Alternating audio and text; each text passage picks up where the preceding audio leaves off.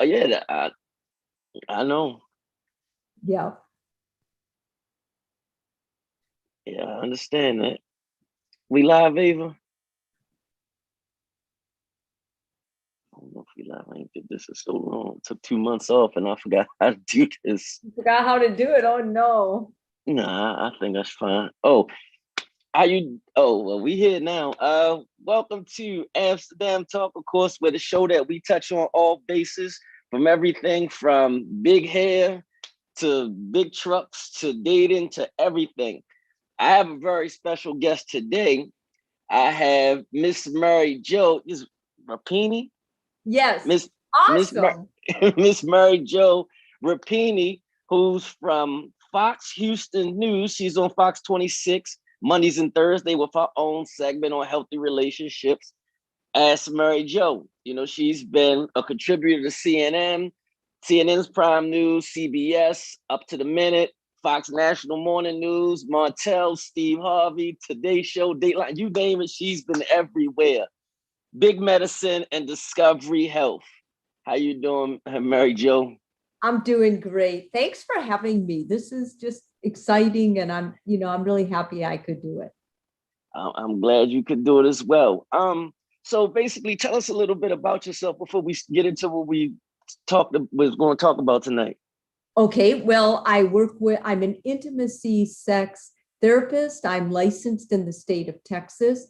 I do a YouTube channel called Reaction Reset, all about relationships.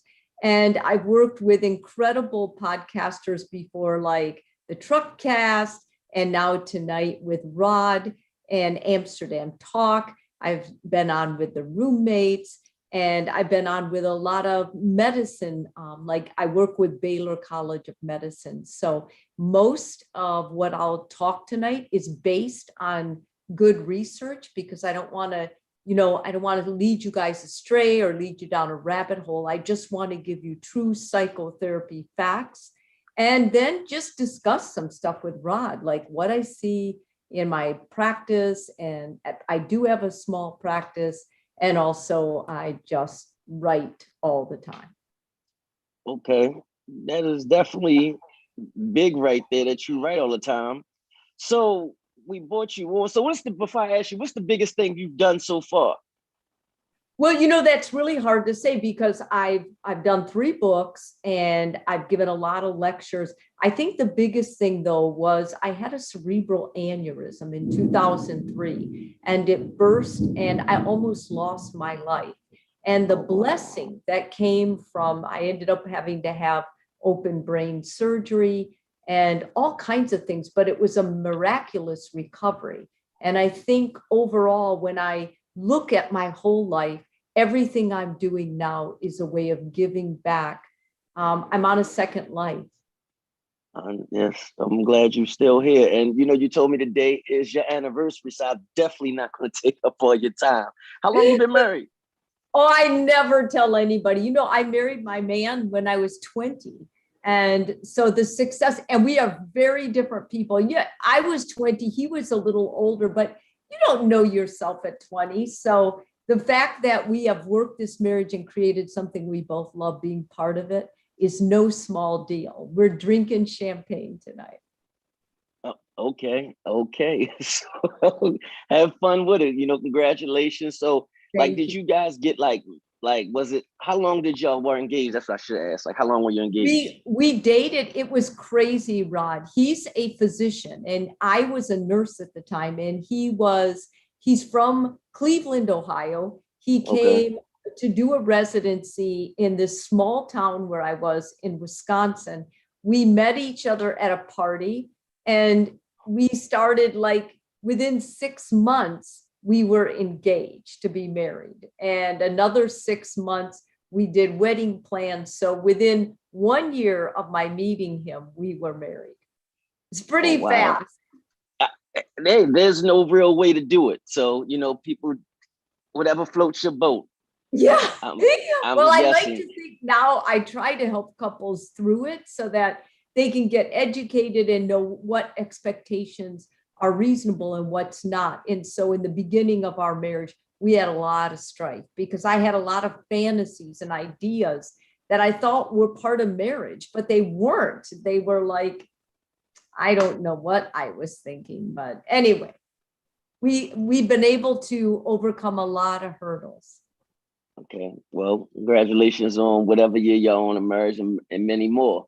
But, you know, I know you do a lot. You know, you have your segment, Ask Mary Jo, and you encourage healthy, strong relationships, you know, from the beginning. But when I brought you on, because it seems to be like in today's society, a lot of people like to serial date.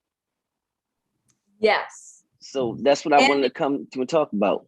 Yes, and with serial dating, one of my YouTubes that I'm making tomorrow is about the difference between serial cheating and regular cheating.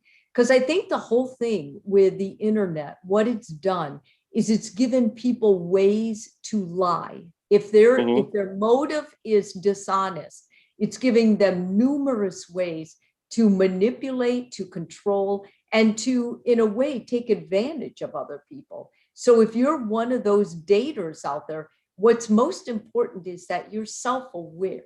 You know, like you don't want to go out there like a lost sheep. Right.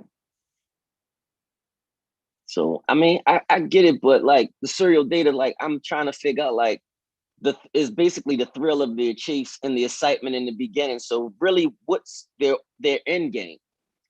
Well, I think the thing about serial cheating, and I like that question because their whole deal is that they like the conquest. You know, most people when they date, they're looking for someone in particular, someone, and then they become more vulnerable, they share their insides. Serial daters don't really do that. Serial daters are basically trying to rack up, if you will, as many people as they can.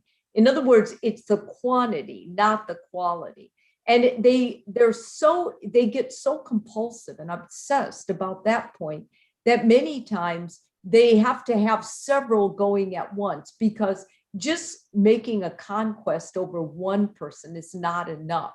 So, and because they're dishonest at their core, it's very easy for them to lie. They like excuses. They'll usually get caught, or if you were to hold them accountable, you would catch them. But I think a lot of people, when they're dating, they don't want to overstep their bounds, and they should, because it's in their best interest, but they won't ask the questions they should, and they won't hold them accountable. Okay. So basically they're just creating this fabrication and just doing anything. They're not trying to be too serious before anything can develop, you know. Right. So they love the power of doing as what they please. Exactly. So what are like some of the signs that you could tell without them telling you straight up? What are some of the signs that they could look for to know if you're dating a serial dater?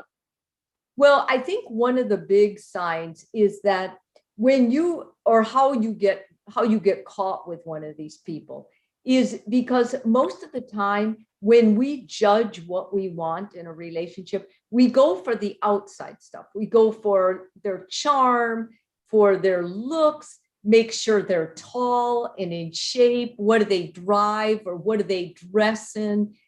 Do they wear jewelry? You know, are they fine looking? Do they, you know, most of it's on the outside. And what's bad about that is it blinds us. It blindsides us into looking what's deeper in this person. And so we find somebody, serial daters are charming. They know what to say. They're great manipulators. And don't forget, their whole motive is to get you. They want to get you in the sack, basically. And once they do that, then they move on. So I think looking for somebody who is really charming, really knocks you off your feet with the way they look, with the way they talk, what they have, their accomplishments, that's a red flag blaring. Okay, so basically you said the end game is to get you in the sack. Now, if that doesn't happen, what does the serial dater do? Do like he decide to keep pursuing, or does she or he just do something else? That's a good question. It depends how busy they are, how successful they are with other relationships. Because remember, they don't usually just play one at a time. They have a couple going. And it depends also if they have another motive, another, need. Some of them need money. Some of them need a place to stay. And you don't have to go to bed with them if you give them a place to shelter, food to eat. And you'll be surprised that the partner of someone dating one of these guys will come in and say, I know I'm being used. I don't know what this guy or woman is, but I'm being totally used and I cannot get rid of them. They will not leave. They keep showing up and coming home. They get very comfortable in knowing who you are and that you won't throw them out on the street. Okay, so you say other things. So it's kind of like, I think big in society today, it would be more men pursue sex, but it seems more women pursue like just getting free meals, free meals or free trips or free something. So like how I'm trying to figure out, like, why is that? Why do they feel that way? Like, we're just going to use this guy to get free stuff. Well, I think in the back of their mind, men and women's mind, especially women, is we've been told so many fairy tales. We want to be treated like a princess. We want to be, we want to be taken care of. We want somebody who buys us stuff. And a lot of people are raised with absent fathers who gift them things. Like, they're not in their life, but they'll buy them things. And if you're a child growing up in that environment, you start getting confused what love looks like. And you begin feeling like being in love is gifts. You get stuff. And that means they love you. So they delude themselves into saying, this person really loves me. Well, look at this watch and look at this bag. They got me this bag too. And I'm just looking at them like, where are they? Did they show up for your graduation? Were they there when you got in a car accident, when you were in the hospital? And they aren't. The bottom line is they give them stuff, and then basically the person feels loved and is loyal to them. Okay, so I'm guessing, so they're loyal to the money. So I guess it's for the love of money, but why can't it's for the love that they understand is love. If you've been, when you're growing up, Rod, whatever your parents did for you to signify love, sometimes parents beat their kid and they said, I'm beating you because I love you. And so when that person grows up, they believe when somebody loves you, they beat the crap out of you. And so they fall for these people that are so, manipulative and controlling and abusive. And then society says, well, what are you doing? Get out of that. They don't love you. But if you grew up with people who told you they loved you and they would beat you or use really bad words to make you feel bad about yourself, you think that that's all part of love. You get very distorted. That's a good way of looking at it. That is definitely a good way of looking at it. So what you grew up in, that's what you feel as though is the need of it. So what you're saying. Exactly. And if you think about it, one of the things therapists will always tell their clients, and I always did, is before you date, or if you're stuck in a relationship, look at yourself. Make sure you're good with yourself, because I bet 80-90% of the time when there's a problem in the relationship, we want to project that blame onto our partner, or we shouldn't have done this. But when we look at ourselves, we're like, man, I don't know what I was thinking. I was totally off track. Or we look at ourselves and we identify, the reason I'm with this person is my dad or my mother used to treat my dad or mom like this, and they treated me like this.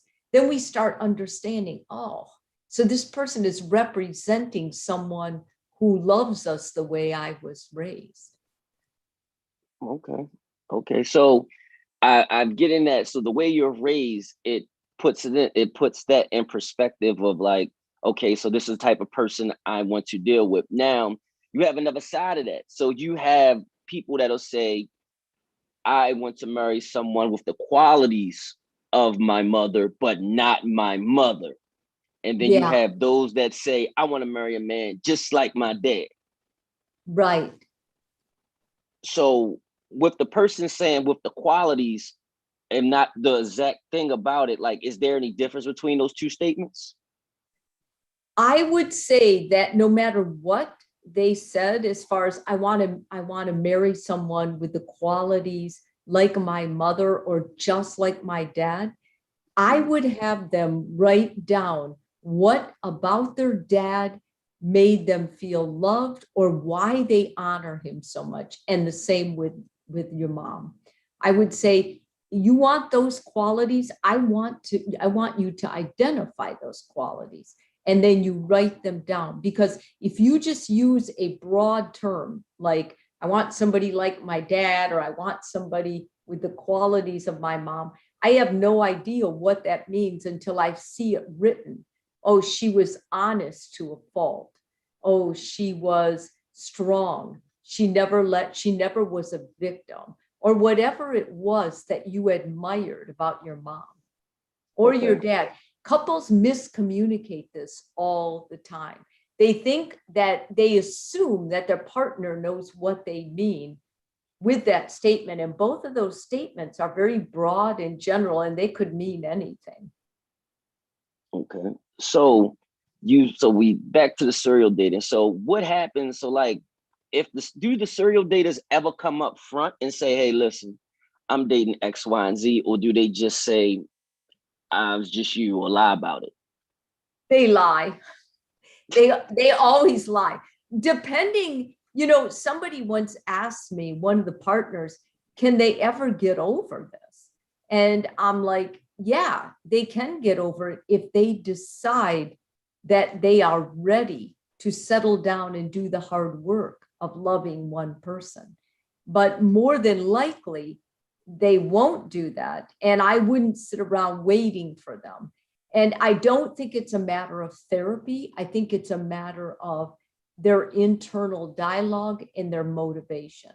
Because Jesus Christ himself could not change a serial cheater if the serial cheater is not ready to change.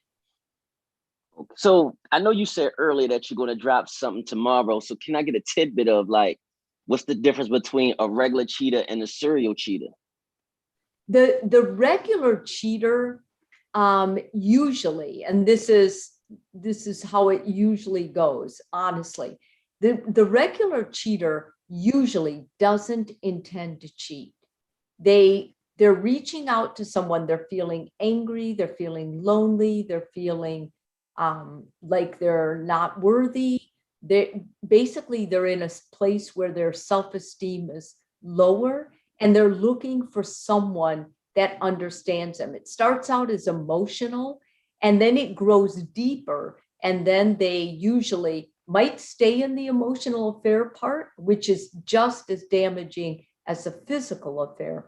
But whichever of those it goes to, it's a gradual process of making that happen, of getting to know each other and being vulnerable. Not true with the serial dater.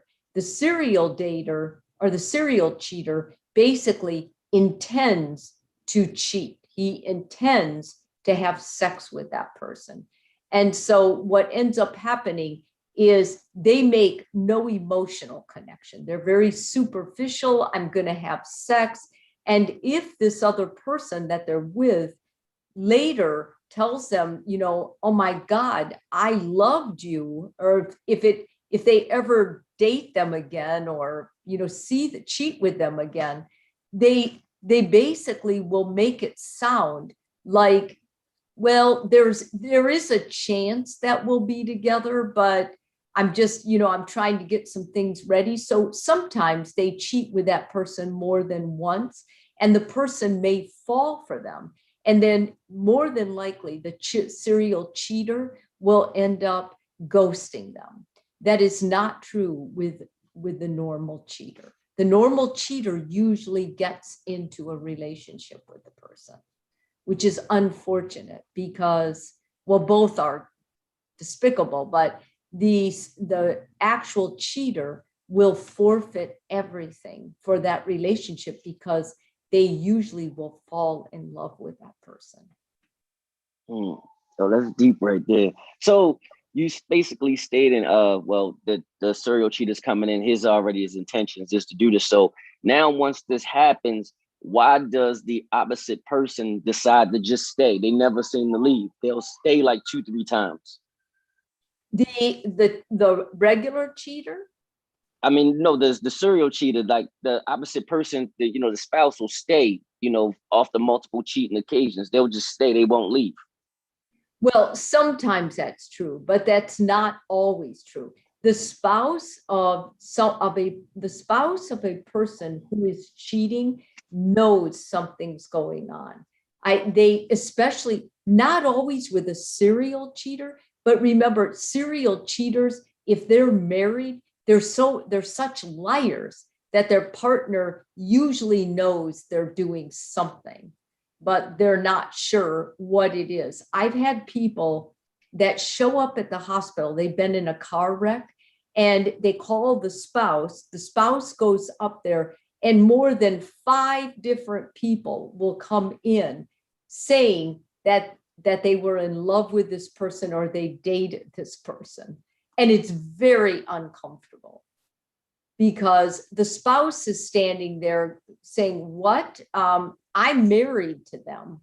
And these potential dates never knew because they're never honest. Well, cheating is a liar's game anyway, but a serial cheater basically just has as many as they can. They're just clicking names. They're basically just trying to get as many as they can. There's no end to it.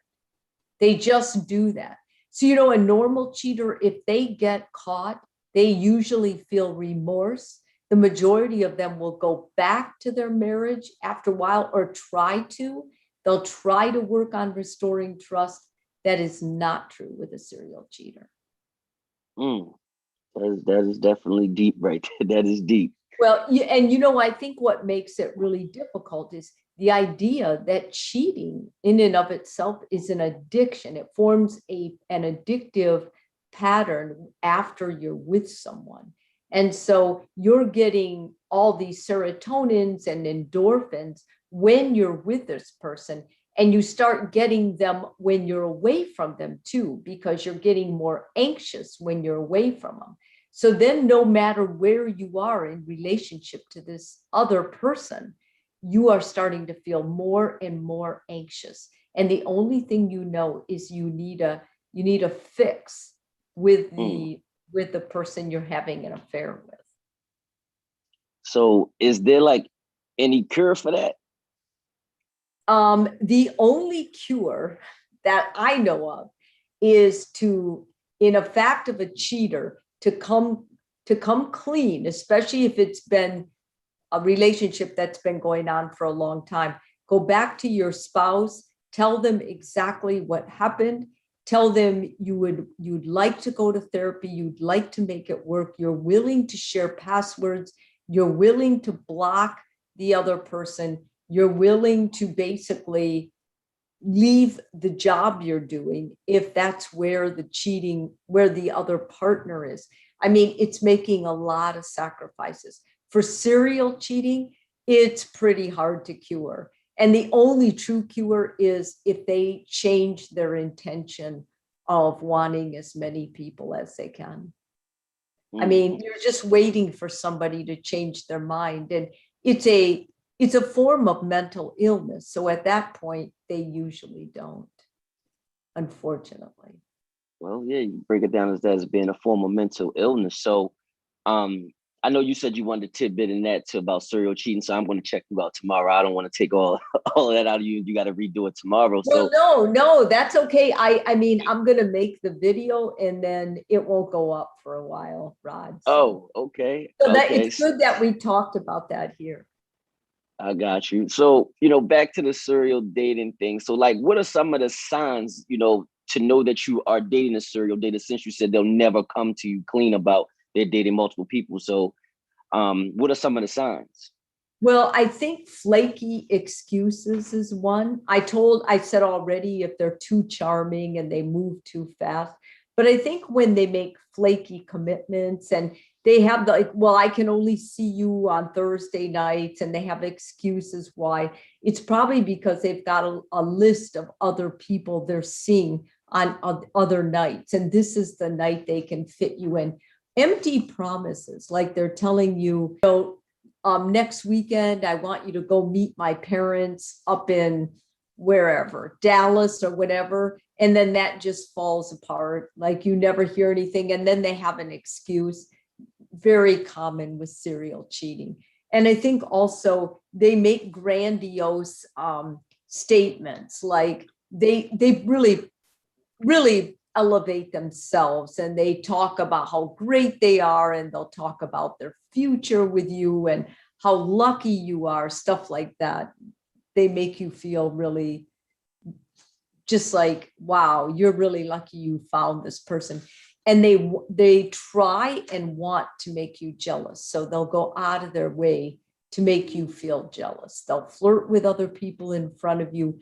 They'll tell you every time someone notices them, it's always about them. They're very absorbed in themselves and their own story. So basically, they're more narcissistic then. Yes. They are more narcissistic, spot on. Or they attract that personality type. Like, not all serial daters are narcissistic, but narcissists are serial daters many times. So it makes sense, because you can't be real fragile if you're a serial dater. I mean, deep inside you can, but you still have to be used to rejection, because lots of times when you ask people out, or you want to advance with a person, they're going to hold you accountable and say no. So you have to be ready for that. Right. You have to be ready. So for those who can't take rejection, then what happens with them? Well, some of them are so controlling and manipulative, they get really angry, and they'll seek revenge, or they'll find another way to hurt you. They're not loving, and they're not going to be the person who stands by you in the storm. They're basically in this for themselves. And you always have to remind yourself of that, because leaving them or getting away from them after you're tied in is very difficult. Okay. And that kind of sums up, my dad always told me. He always says this: you ain't tired yet. If you ain't tired, you ain't ready to go. So I'm guessing there's some truth to it. You got to be tired of it. Yeah. It's true. Or you have to value. I like what your dad said, because a lot of times when you're not tired of them, it's because you haven't asserted yourself. Like, you still have doubts about yourself. But more than anything, to get rid of one of these people, you have to have enough self-respect that you go, you know what? I don't even care if there's another person out there for me or not. I do know that this one is not for me. This one is broken, or this one there's something wrong with them, but I don't want a relationship with them. When you can say that, then you can free yourself. Yeah, you got to free yourself. So basically, you did mention a word earlier, and you said the serial dater, goes into a pattern of just ghosting. So I guess you're ghosting because you conquered what you wanted to conquer. Well, ghosting is mostly, sometimes they get what they want, but sometimes they get fearful or anxious that they're going to get caught. And ghosting is a coward's way of saying goodbye.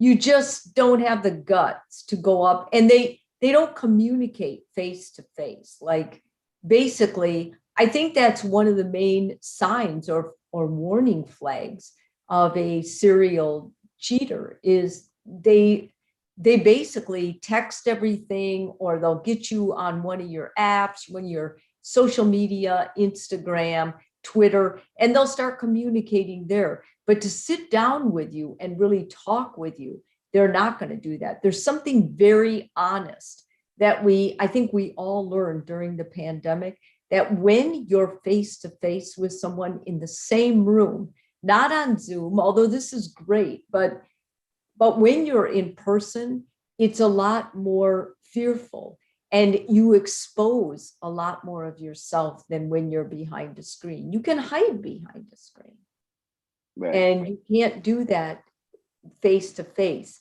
And these people are basically cowards, and you have to remember that they're not strong enough. Their ego strength may be exaggerated. They may be self-absorbed, but their integrity, their character is not intact. And so because of that, they're always flawed, and they're vulnerable to meeting face to face. They can fool you behind social media. They can't when they're sitting down with you. Got you. So you say ghosting is part of the coward, but once you are ghosted, why do people decide to say, I need to go find closure? Like, why do they do that, to go find closure? I don't know, but I can tell, I think it's just part of that search, that you can't believe it. You cannot believe it, because this person's betrayal was so deep. Like, you thought you really knew this person, and you felt connected, and you can't believe that they would just take off. Or sometimes they'll reveal something personal about themselves, like they're not, they've got a deep depression or something. And the person that was ghosted will say, well, I just think they're in a deep hole, and if I find them, at least they'll tell me to get away, or they'll tell me they don't love me, and then I'll be able to get closure. But that's what makes grieving being ghosted so difficult, is because there is no closure. There's no finality to it. So you don't know what you did wrong. You don't know if you said something to piss them off or to make them feel rejected. And really sensitive people worry about that. So it's out of character. And I think that's why people look for how they can possibly get closure. But as a therapist, I'm telling you, that's probably a fruitless endeavor. And you'll probably spin your wheels looking for that person again. But then, the ghosters are starting to haunt now. About 6 to 9 months after they ghosted you, many times they'll come back on your social media, and they'll just like all your posts. And what they're doing is they're trying to lure you back in. So the ghost comes back. Now, I like that. The ghost comes back to haunt you after. I like that. That's right. After they did all that, and it's like, oh my God. And then I still have clients that go, I have to go back to them. Like, I just still love them. And I'm, as a therapist, I can tell you what is likely. But if somebody wants to do that, you can't prevent them from sabotaging themselves. Right. You can't definitely do that. Definitely sabotage. You can't definitely stop self-sabotaging yourself. So I think another thing that goes on with these serial daters also, you really can't keep their attention. Yeah, that's true. Like, because they need highs, right? Mm-hmm. Yeah, they need highs, and unless you're gonna, take them to the moon and back every day, they need the highs, because they're so superficial, and they're not looking into the person at all. Most of us get high off of getting to know each other and being able to share our most vulnerable, intimate things. But if you're just racking up numbers of people, if you think about it, then it doesn't benefit you from going deep and really sharing a part of yourself. Plus, you might get caught up in starting to have feelings for them. They do not want that. So that's rule number one: no feelings. No feelings. They're pretty numb. They're pretty numb, and their only feeling is achievement with getting the person. Okay. They take that as a big deal. Got you. So and I guess you go in like for their dating time, like they go up front, so they're like, I guess, stick along enough to meet your needs to, you know, I guess it's kind of like they stay along long enough to meet your needs, kind of like the cheetah chases down the antelope. I'm going to stay around long enough to meet your needs, then I'm just going to pounce on you, and then I'm gone, and then I'll come back and haunt you after 10 months later. That's right. Well, you know, just remember, they don't go for real, basically, when you have something like this, there's a part of you that knows you have a problem. So you're not going to date somebody that's going to put you in your place. You're not going to date someone who has self-respect and someone who holds you accountable. You're going to date someone who has a lower self-esteem, who needs building up, who you feel like you can rescue in the beginning. So you're not working as hard as you would if you were with somebody who really had their stuff together, who was all of that. Definitely makes sense. So you go get low self-esteem people. That way you be able to run over them and do what you want to do, and not have nobody just going to call you out on your bullshit. That's right. And, you know, a lot of people, they have radar for that. Like, they seem to know, because let's face it, if you look at celebrities, many celebrities have really low self-esteem. I mean, that's why they're celebrities. They need that attention all the time to tell them they're good enough. They don't feel good enough. And because social media and other people feed them that reassurance, they're just perfect for someone like this, who moves in and is able to flatter them and make them feel so good about themselves and then take advantage of them. So you say they need this attention, like social media. So now that brings to my attention, like, I guess would it be the Instagram model? I guess what you would call it, the Instagram model. They doing it for likes. That's right. The influencers and people who basically, when you need that much attention and for your daily living, and you need to set up pictures and then hours of editing, there is something wrong. Like, anyone with self-respect and a good self-esteem is not going to put themselves through that. They're going to go, oh, heck with it, I don't care. Like, you can just tell. And if you have to try to be so perfect, you need the perfect handbag, you need the perfect heels, you need the perfect beard, you need the perfect suit. There's just something on the inside that's missing. And I think being aware of that and in ourselves is a big step. We don't teach kids, you know, what does it mean you're putting all this pressure on yourself to be perfect? Like, who are you performing for? Right. Yeah. I mean, I guess you're performing for your peers. For your peers. And I think sometimes what happens is we perform to be liked. We perform to be told that we're good enough, or we're better than good enough. We're outstanding or striking or like nobody else. We want that love and assurance that we are secure in that. And I think if you can't give that to yourself, you know, one of the signs of mental health, Rod, is somebody who is able to fill themselves, who's able to talk to themselves and say, well, you know, I'm sure somebody could have done this better, but I feel really good about the way I did it. Or, you know, I'm going to put on my makeup today, and yeah, I'm just not having a good looks day, but it's okay because I know I can look good, or I'll try this another time. It's giving ourselves that balance so that we don't get overly perfectionistic. Okay, which is true. So I would say, so now I'm going to go on a step deeper. I know we talked about Instagram models, but then we go to OnlyFans now. Mhm. So I know that's another drug too, but that drug comes with money being involved.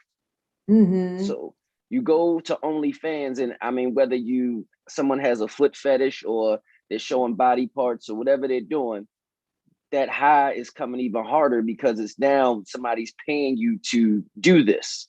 Mhm. Yeah. So you're still in the serial dating realm with that. So I'm guessing you have I guess it comes to like an attachment issue. An attachment issue with how you would date, or what part? Attachment issue to the attention now. Oh, okay. Yeah, I think when you're getting paid, it changes your priority of what's important. And I think with that, um, depending on a person's emotional development, it can have really negative effects. I've known people, let's just take Bernie Madoff, because he died. That guy had everything. He was a financial guy that started that scheme, like a Ponzi scheme, took all these people's money in Miami, good friends, and invested it in this fraudulent manner. And basically he was caught, he went to jail, he died in jail. He had everything. He and his wife lived in an apartment on in the prime area of New York City, Manhattan. Any restaurant would open any door, totally free for him. He had 2 sons that worked in the business. I mean, on the outside, he had everything, but he got so lost. He got so lost in his greed and his money, like people paying him, and what that would mean for him. And who knows what he ended up doing. I look at the Epsteins, I look at people like Madoff, I look at, our government leaders. Who knows how many of those guys, and influencers, if we take it even more personal, like Instagram influencers or famous podcasters or YouTubers or anybody, when you're getting money for what you do, it affects how you feel about yourself, and anything that affects how you yourself is going to affect how you feel about relationships. Okay. I got you. So we go back to, like, we talk the serial data. So the serial data, I guess you would say, will pull out all the stops, the wine and the dining and the wooing. And of course, those dates are lovely.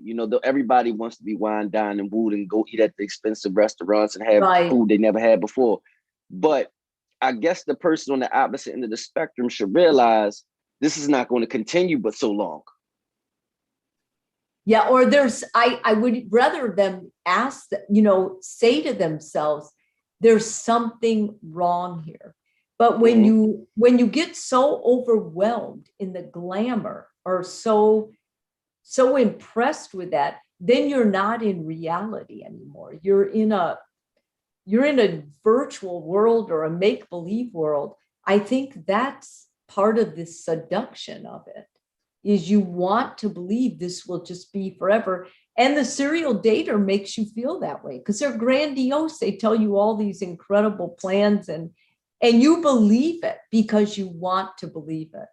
One of the things that, as a therapist, I have seen again and again is there is no liar. It's impossible to lie to someone if they don't want to believe it. So in other words, every person who has lied, when they told their story, the person believed them.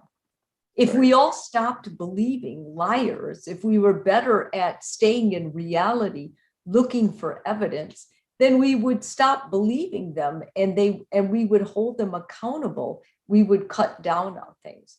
But we've got conspiracy stories, we've got lies all over. Nobody even knows what the truth is anymore because we can't think anymore. We hear something and we jump on it. We go, oh my God, instead of saying, wait a minute. We need to ask that question more, like, wait a minute. Yeah, I think, but like you said, we can ask the question, but I think it's still a ways around it where you could just lie about it, like you said.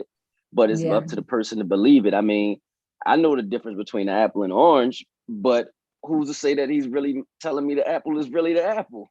Yeah, it's true.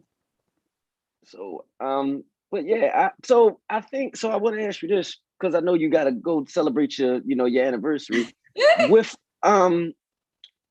so with all this ghosting happens, do these men and women all of a sudden become like let's see, did they become stubborn or emotionally unavailable, or they're like they're just bitter? Does this take a turn and happen? It's really interesting you ask that question because that's what makes ghosting so emotionally damaging. Nothing changes. Nothing changes prior to the event that the partner who was ghosted knows. So whatever the ghoster, whatever, it's a change on the inside of the ghoster. Something that's said or felt or whatever happens, and then they just never show up again. And that's what makes it so difficult because they aren't honest with what they felt. If they had told the person, hey, listen, I'm just having second thoughts. When I heard you say that, I really listened to that. When I went home, I didn't feel good about it. And I'm thinking now that I made a terrible mistake. Like I have to take a break from this relationship. That would be honest, but they're not honest. They're not honest with their partner and they're not honest with themselves. Wow. So they're not honest with themselves. So how do they cope with it? Because it seems like you have the fear of commitment, but you also have the fear of being lonely. Yeah, well, the thing with ghosters, and we never talk about how the ghoster feels. So that's a pretty good question. But for the most part, because ghosters are so emotionally immature, like they can't tell someone, they can't communicate what they're feeling. It's overlooked and it's not paid attention to because the thinking is they're just not grown up in their head. They might be 50, 60, 20, 30, 40, but they're still a child in their emotional development. So telling the partner who is ghosted, listen, you are really lucky that you found out now. I mean, that is the truth, but I don't think that's very hopeful. I think they still grieve it and feel sad. Okay. So, I guess, these serial daters, they want to rush things. I guess they want to rush things really quick, like scheduling the first date or in the sack or whatever. They want to rush these things. Right. So they I guess want to make everything go fast. And that's another sign that it's not a good, because anybody who knows relationships knows they take a long time. And you should always start slower. If you have somebody that wants to start really fast, there's a reason. Okay. Well, it's almost close to time, but you know what, Mary Jo, this is season 2. I got a new segment and I want to see what you feel about this. It's a new segment that I'm getting ready to play the video. It's called I Be Damned. It's clips. Well, it's not clips, it's stories of horrible dates that I'm telling, if someone's giving me horrible dates that they went on, and I want you to break it down. It's a 5-minute clip, so we can really play it. This is the very first one, and I had you first for this. Wow. And it's called and at the end, it's going to make you say, I be damned. Okay. So let me run the clip. First segment of I Be Damned. Okay.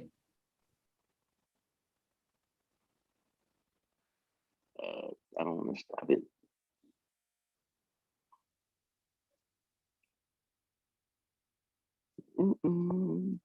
Where's it? I'll be damned. There we go.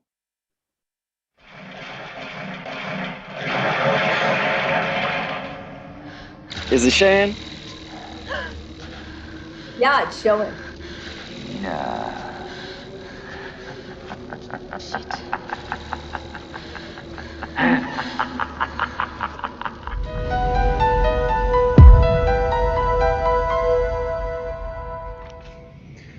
Welcome to the segment I Be Damned, the place where we hear horror stories of dating that make you say, I'll be damned. So, we start off this little mishap that happened. I don't know where the language went wrong at, but this is how the story goes. The young lady says, so when I moved into my house, I was super excited to get everything decorated and set up. Everything was in place, and the only thing I had left to do was to hang my curtain rods. I called people to see who could help me, but everyone was busy. Man. As my luck would have it, I got a call one night from a maintenance man at my old apartment complex, calling me to congratulate me on my new home and telling me he would miss seeing me around. We used to talk briefly, a year or so prior to the move, but nothing really came off of it. We remained cool though, and would often chat when we ran into each other in the building. Anyway, I thanked him for his call, and during the conversation, I told him about my certain curtain rod dilemma.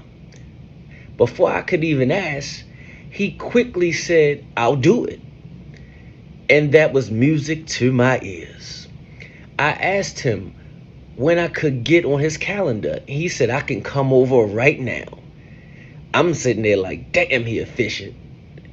I was so excited that his curtain rod project was finally going to be finished and that my home would be all set that I failed to notice two things. The time, it was late as fuck. And the weather, it was thunderstorming. And when it finally dawned on me, I just knew he was not going to drive in torrential downpour, at such a late hour just for me, but he did it anyway. He made the 45-minute drive to my place, which was outside of the city. When he walked in, he had a bag in his hand and was like, sweet. He got his tools, and he's going to knock this out quickly. So we chatted on the couch for a little while, and then he got up to use the bathroom. Before getting started on the curtain rods, when he came back, I thought he was going to grab his tool bag, but he grabbed me instead and tried to kiss me, tried to put his tongue down my throat. And I said, no, sir, what are you doing? You're here for the curtain rods. I pushed him away and he was instantly irritated. I tried to get him to refocus on the initial task at hand. Hello, where's my damn curtain rods? Hang my curtain rods up, please. And asked him what tools did he need to get started on the job. But he said, I don't need no tools. And I was like, huh? That's when it dawned on me that this guy bought a damn overnight bag. He really planned to come over my spot and crash for the night and tried to get some too. Oh, hell no. So after a while and sitting in awkward silence, I said, it's getting late. Do you need me to help you with something? He said, I ain't doing it tonight, and if you're mad, I'll just go. I looked out the window and saw how ferocious the storm was. It was really intense out there, and by this time it was super late. Then I looked at him and said, be careful driving in the storm. If you hurry, you can make it before the news comes on. He grabbed his bag and stormed out while cussing. He was pissed. He sat in my driveway for a while.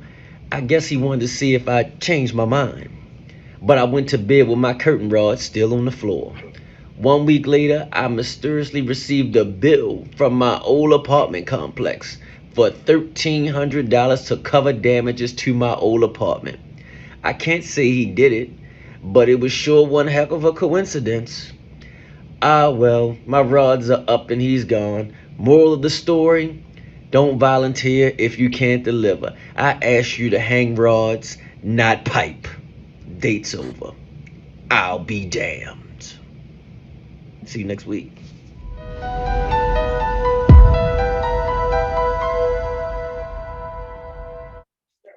Now, how do you handle that, Mary Jo?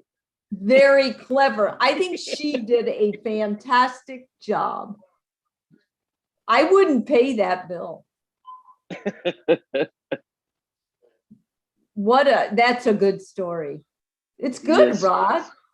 Yeah, we just get these horror stories out and they tell them to us, and I place them on the end of the show every week. So, wow, that's fantastic. I think she was smart, but man, I would have seen that coming. First of all, I would never, like, the time and just the other circumstances tell you, you know what, if they're willing to do that. So what I knew right away was the guy had terrible boundaries. And if you don't have good boundaries, like with what you're going to do for another person, yeah, it's going to be trouble. Got you. But I know you got to go celebrate your anniversary, but can you tell us where we can reach you at? Well, I know where I can reach you at. Yeah, you know how to reach me.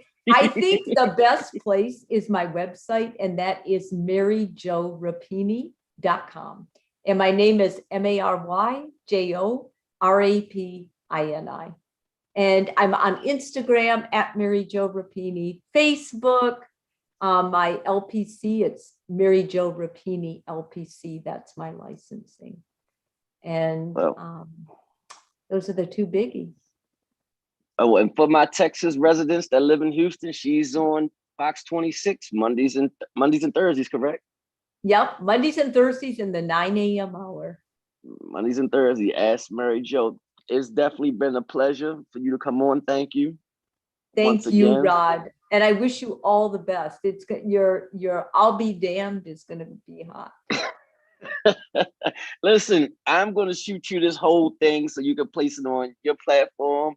And I'll be damned. Hey, if you want to use it, hey, it's fine with me. Awesome. Yeah, send me the link and I will use it. And I will put it on my YouTube probably. Okay. Thank you. Thank you once again. And have a happy anniversary, you and Mr. Rapini tonight. Thank you very much, Ron. I appreciate it. All right. Amsterdam viewers, I will see you next week when we're talking about nutrition. Next week is nutrition. Wow. But I think I might have to bring you back though, Mary Jo, because I'm going to do a prostitution show. So you might got to come back. Yeah, we'll come back. That's a good one. Yeah, I'll let you know when I got it solidified with the prostitution. And I would love to have you back. Okay, thank you, Rod. We'll talk. All right, we'll talk. I got your number.